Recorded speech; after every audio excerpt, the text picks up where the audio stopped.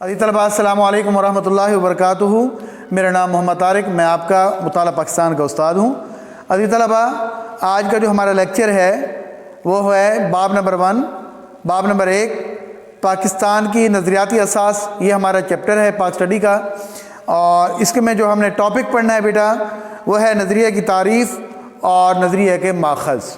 آج ہم نے پڑھنا ہے پہلے نمبر پر نظریہ۔ نظریہ کہتے ہیں کس کو ہیں؟ نظریہ میں انگریزی زبان کے اندر آئیڈیالوجی، یعنی انسان کسی آئیڈیا کو جو ہم سوچتے ہیں، کسی بات کے بنانے، کسی کام کرنے کی کوئی فکر یا سوچ ہوتی ہے، اس کو ہم کیا کہتے ہیں؟ نظریہ کہتے ہیں۔ بیٹا نظریے کی مختلف لوگوں نے مختلف تعریف کی ہیں۔ جتنے بھی دانشور لوگ ہیں، جس نے جس اینگل سے اس کو دیکھا ہے، اس نے اس حوالے سے اس کی تعریف کی ہے، ڈیفینیشن کی ہے۔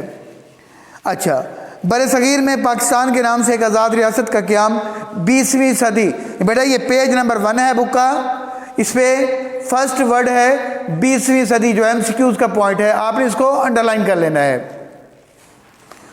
20ویں صدی، پاکستان کا قیام کب ہوا؟ کب عمل میں آیا؟ 20ویں صدی۔ اور اس کے پیچھے ایک مضبوط نظریہ کار فرما تھا۔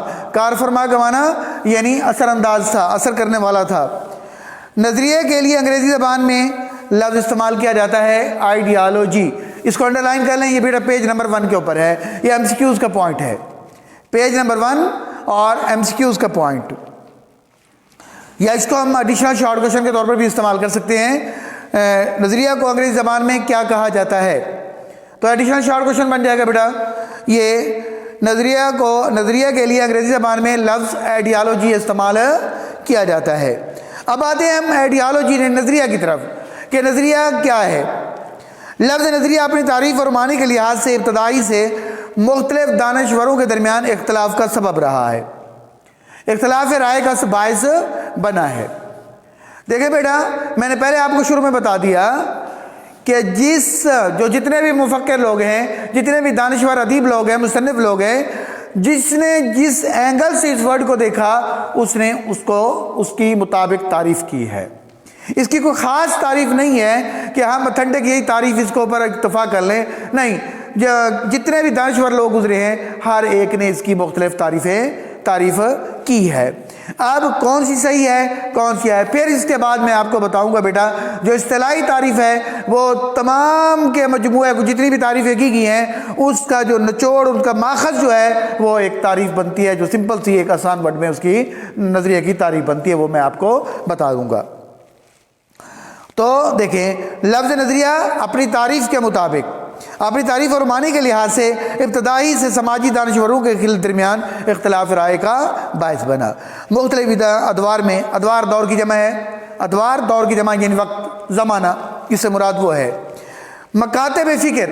مکاتب فکر یعنی مختلف سوچ رکھنے والے لوگ، مکاتب فکر معنی مختلف سوچ رکھنے والے لوگ جو ہیں، ان کو ہم کیا کہتے ہیں؟ مکاتب فکر کہتے ہیں۔ اور محققین، اس کا معنی ہوتا ہے تحقیق کرنے والے، جانچ پڑتال کرنے والے، تحقیق کرنے والوں کو محققین کہا جاتا ہے۔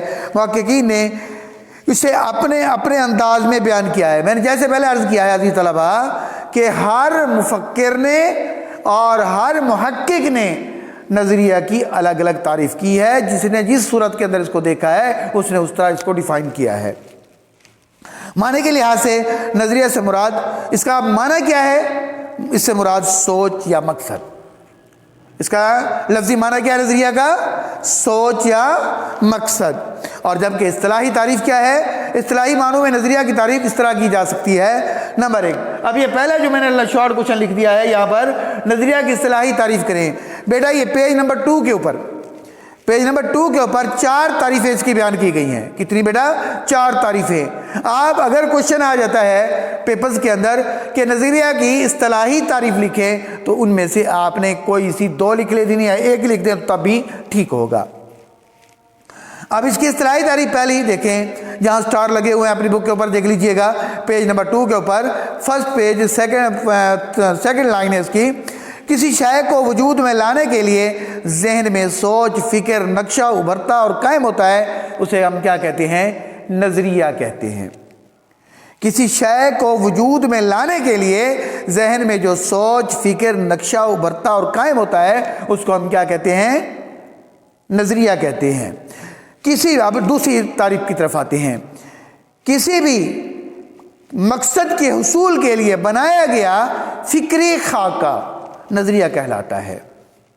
کسی بھی مقصد کے حصول کے لیے بنایا گیا فکری خاکہ، ایک دماغ کے اندر جو آپ نے ایک سوچ بنائی ہوئی ہے، ایک خاکہ بنایا ہوا ہے۔ مثال کے طور فار ایگزامپل کہ ہم ایک مکان بنانا چاہتے ہیں، رقبہ ہمارے پاس زمین موجود ہے، ہم اس کے اوپر مکان بنانا چاہتے ہیں۔ اب مکان کی جو ڈیزائن ہے کہ آپ نے اپنے دماغ کے اندر بنائی ہے کہ وہ کتنا ہو، کتنی اس کے سٹیپ ہوں، کتنا ہوادار ہوں، کتنا کھلا ہو، اور کمرے کتنے ہوں، اور وغیرہ وغیرہ، یہ جتنی جو ہم چیزیں ہیں اس کے بارے میں سوچے خاکہ بناتے ہیں، ہم اس کو ہم کیا کہتے ہیں؟ نظریہ کہتے ہیں۔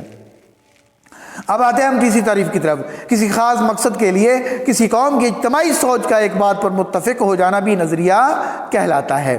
اس کے بعد نمبر 4، ایسی بات جو لوگوں کو متحد کر کے اس کے حصول کی کوشش پر آمادہ کر دے، وہ نظریہ کہلاتی ہے۔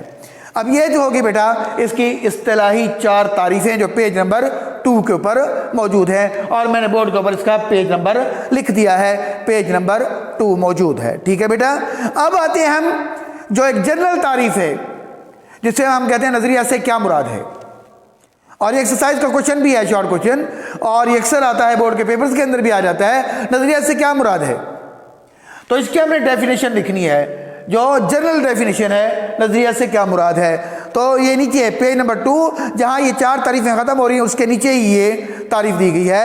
نظریہ سے مراد ایسا ضابطہ یا پروگرام جس کی بنیاد فلسفہ و تفکر پر رکھی گئی ہو اور انسانی زندگی کے مختلف پہلو مثلا سیاسی، معاشی اور تہذیبی مسائل کے حل کے لیے کوئی لاہ عمل بنایا گیا ہو، اس کو ہم کیا کہتے ہیں؟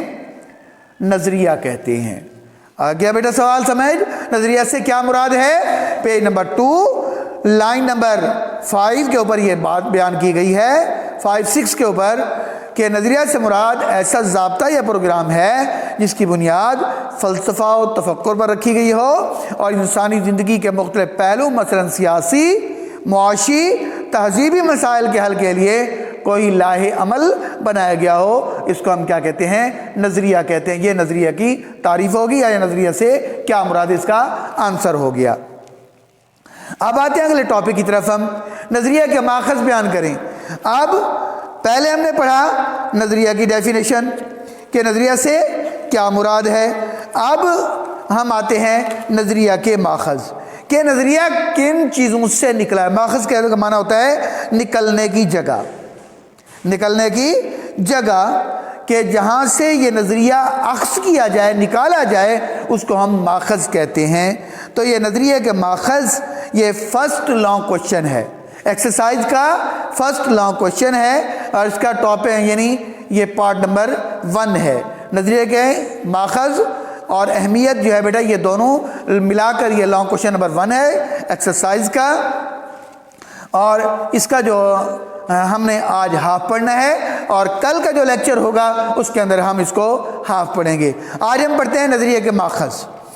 نظریہ کے ماخذ جیسے میں نے بتایا کہ نظریہ کن چیزوں سے مل کر بنا ہے یا جن سے نکلا ہے اس کو ہم نظریہ کے ماخذ کہتے ہیں۔ تو میں نے 3rd شارٹ کوشچن بنایا ہے، یہاں پر نظریہ کے ماخذ کے نام تحریر کریں۔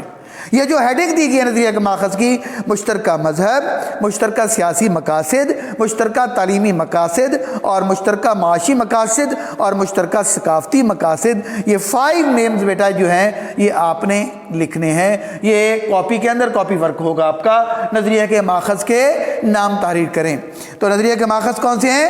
مشترکہ مذہب، یہ جو ہیڈنگ دی گئی ہے ماخذ کی وہ اس کے نیم ہے، مشترکہ مذہب، مشترکہ سیاسی مقاصد اور مشترکہ تعلیمی مقاصد، مشترکہ معاشی مقاصد اور مشترکہ ثقافتی مقاصد۔ یہ تو بیٹا ہو گئے۔ اب اس کو ہم ریڈ کرتے ہیں نظریہ کے ماخذ کو کمپلیٹ۔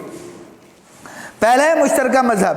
مشترکہ مذہب محض عبادات کا مجموعہ نہیں ہوتا، بلکہ اب یہاں پر اس کو انڈر لائن کر کے ہم ایمسیکیو بھی بنا سکتے ہیں، مذہب محض ڈیش کا مجموعہ نہیں ہوتا، ڈیش کے اندر کیا آ جائے گا؟ عبادات۔ اس کو انڈر لائن کر کے اوپر MCQ لکھ دیں۔